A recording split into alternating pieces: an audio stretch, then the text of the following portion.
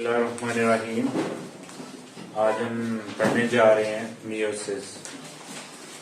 मैं देखा जैसे माइटोसिस है वैसे ही मियोसिस है, लेकिन ये इससे डिफर क्यों है, इसकी वजह क्या है, ये हम जानेंगे इसके अंदर। प्यारे बच्चों, माइटोसिस के अंदर जो सेल डिवीजन थी, सेल था एक सेल दो में होता था, और इसके अंदर जो एक सेल है वो 4 सेल में डिवाइड होता है।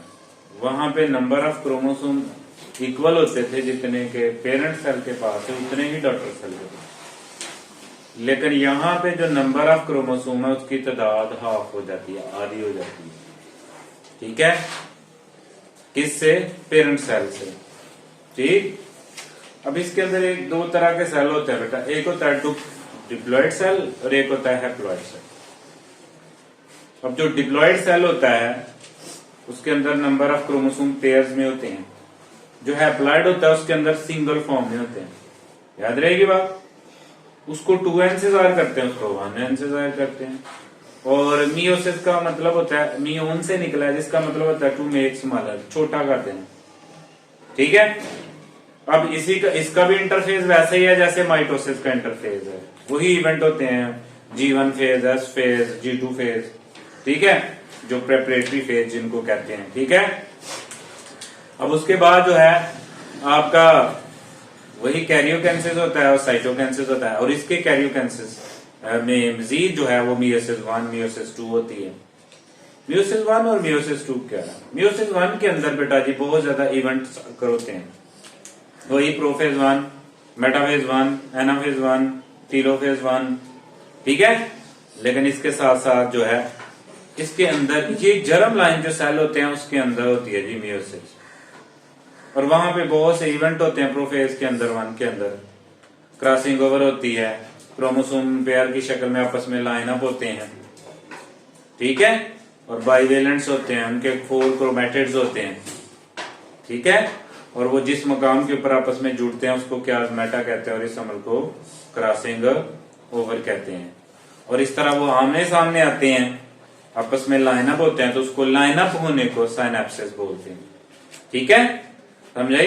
तो ये अजाफी इवेंट होता है इसके अंदर। बाकी वही न्यूक्लियर इन्वेल्व गैप हो जाती है, सेंट्रियोल 2 में डिवाइड हो जाता है, और वो मिलकर क्या बनाता है? Spindle fibre. फिर पता है उसमें से किनीटोकोर बनती है, कुछ नॉन किनीटोकोर बनती है। किनीटोकोर को मिलके स्पिंडल फाइबर बना देती है, किनीटोकोर स्पिंडल फाइबर, और नॉन किनीटोकोर जो है वो आपस में जुड़ते नहीं है।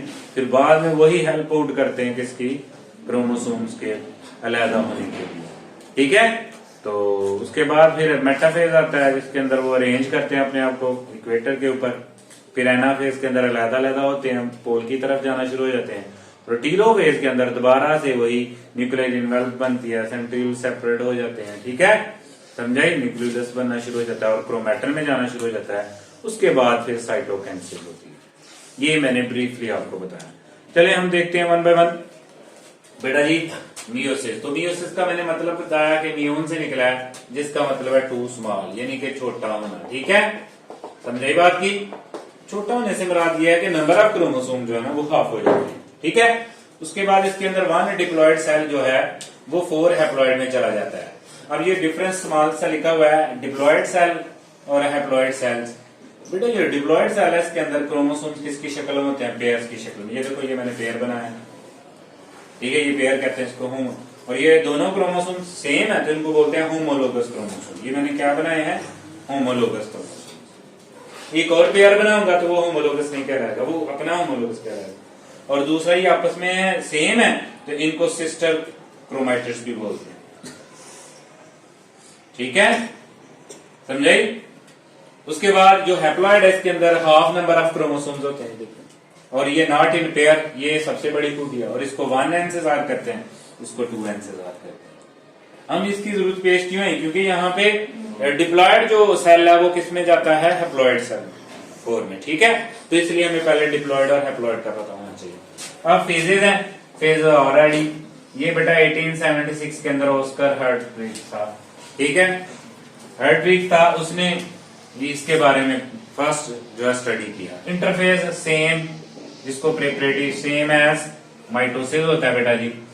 ठीक है, उसके बाद इसके अंदर मियोसिस 1 और मियोसिस 2 है।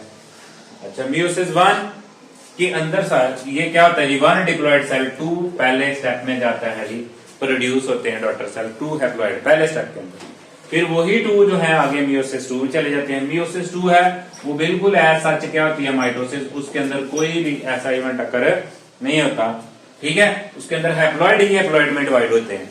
2 हैप्लॉयड है तो दोनों हैप्लॉयड 2 2 में नए में चले जाएंगे, तो इस तरह टोटल कितने हो जाएंगे 4, ठीक है। उसके बाद कैरियोकाइनेसिस और साइटोकाइनेसिस। कैरियोकाइनेसिस आपको पता है जिसके अंदर किसकी डिवीजन होती है, न्यूक्लियस की, और इसके अंदर किसकी डिवीजन होती है, साइटोप्लाज्म की। You already study the previous lecture, ठीक है। आगे स्टेप्स हैं, प्रोफेज 1, एनाफेज 1, मेटाफेज 1, टेलोफेज, ठीक है। तो प्रोफेज 1, मेटाफेज 1, एनाफेज 1 और टेलोफेज। अब सबसे पहले ये इवेंट है जी आपका प्रोफेज 1, ठीक है जी। प्रोफेज 1 जो है वो सबसे बेटा जी लॉन्गेस्ट फेज है, सबसे बड़ा फेज है, ठीक है। और इसके अंदर क्या होता है, सिनैप्सिस। अब मैं बताता हूँ सिनैप्सिस से क्या मुराद है। अब देखो इसके अंदर बेटा जी जो क्रोमोसोम्स हैं, कौन सी चीज भाई, ये मैं क्रोमोसोम बना रहा हूं, ये क्रोमोसोम हो गया एक ग्रुप का। अब इसी तरह कोई और दूसरा जो क्रोमोसोम है वो वाला, ठीक है, ये क्रोमोसोम, ये आपस में क्या हो गए हैं, लाइन अप, ठीक है। ये लाइन अप हो गए हैं, सीधे हो गए हैं, रेंज हो गए हैं, तरतीब अपने आप को करने के लिए, इस अमल को बोलते हैं सिनैप्सिस। आमने सामने आना आपस में, किसके लिए, अपने पार्ट एक्सचेंज करते हैं, क्रोमैटिड्स करते हैं, ठीक है, समझाई। अब ये बाईवेलेंट है, ये देखो एक ये और एक ये कितने वेलेंट हो गए, कितने पास, बाईवेलेंट 2, ठीक है।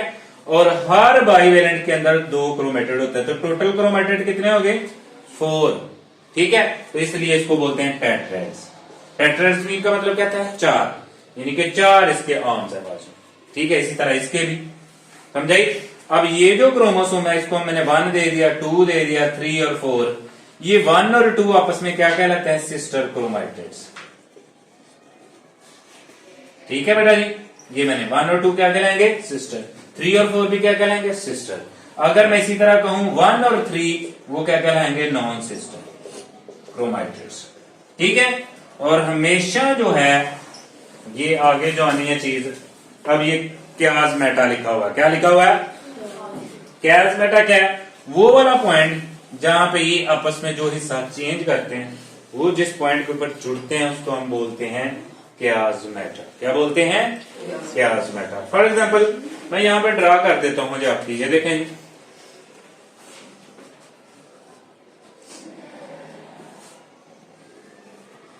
ओके जी। अब मैं यहां पे एक दूसरे ड्रॉ करता हूं क्रोमोसोम्स। अब ये देखो, ये जो पॉइंट है इसको हम क्या बोलेंगे बेटा जी, क्याजमेटा, ठीक है। जहां पे इसने हिस्से बात रखी। अब ये कौन सा था, 1 2 3 4, और किसने चेंज किया यहाँ पे, 2 और 3 ने, नॉन सिस्टर क्रोमैटिड्स ने। इनको हम इस पॉइंट को क्या बोलेंगे, जहां पे ये चेंज हो गए, इसको बोलेंगे क्याजमेटा।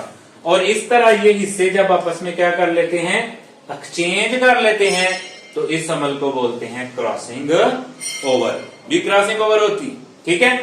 अच्छा, ये मैं क्रॉसिंग ओवर दिखाता हूं आपको कैसे हुई, कि आप देखो यही जो क्रोमोसोम थे, ये ऐसे जब इसको ड्रा करेंगे, ये देखें जी, ये जो पेयर के फॉर्म थे, ठीक है, ये चेंज हुआ, ठीक है जी।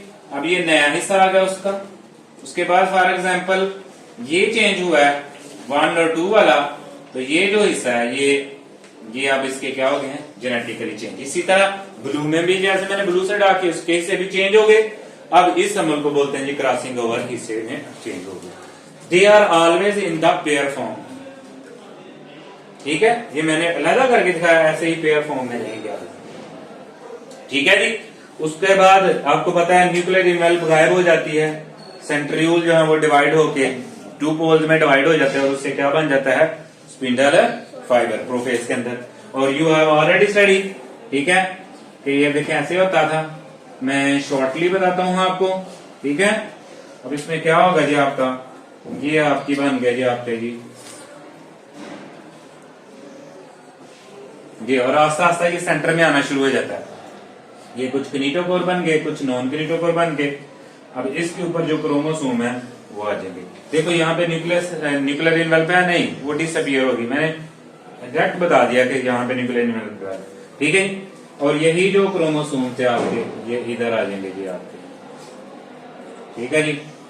उसके बाद ये जो है ऐसे इसको, ठीक है, पेयर फॉर्म्स में रहे, ठीक। और ये इवेंट हुए थे किसके अंदर, ये सारे के सारे क्या है आपका प्रोफेज 1 के अंदर। अच्छा, ये क्रॉसिंग ओवर क्यों होती है? क्योंकि ये जेनेटिकली चेंज हो जाती है, म्यूटेशन कहा था। इसलिए देखा नहीं, हर इंसान डिफर है, हर एनिमल डिफर है, हर ऑर्गेनिज्म डिफर है, उसके अंदर खूबियां डिफरेंट है। वो यहाँ पे चेंजिंग आती है, यहाँ पे जीन्स मॉडिफिकेशन होती है, चेंज हो जाते हैं उसके सेगमेंट पार्ट हिस्से क्रोमोसोम्स के, और वो जेनेटिकली मॉडिफाइड ऑर्गेनिज्म हो जाते हैं, यानी कि माहौल के मुताबिक जो है वो चेंज होते जाते हैं। यहाँ उनके अंदर क्या आती है, वेरिएशन पाई जाती है, तब्दीलियां पाई जाती हैं, ठीक है, समझाई। तो इसलिए कोई भी इंसान जो है वो दूसरे इंसान से मिलता है नहीं है। और ये फ्रूट फ्लाई जो थी ड्रोसोफिला क्या था, उसके ऊपर चेक किया था एक अमेरिकन साइंटिस्ट ने क्रॉसिंग ओवर के इफेक्ट को, ठीक है, किस तरह जो है इफेक्ट होता है। तो मैंने बताया आपको प्रोफेज 1 के बाद, इसके बाद हम देखेंगे मेटाफेज 1, एनाफेज 1 और टीलोफेज 1। ओके जी, ठीक है जी, ठीक है।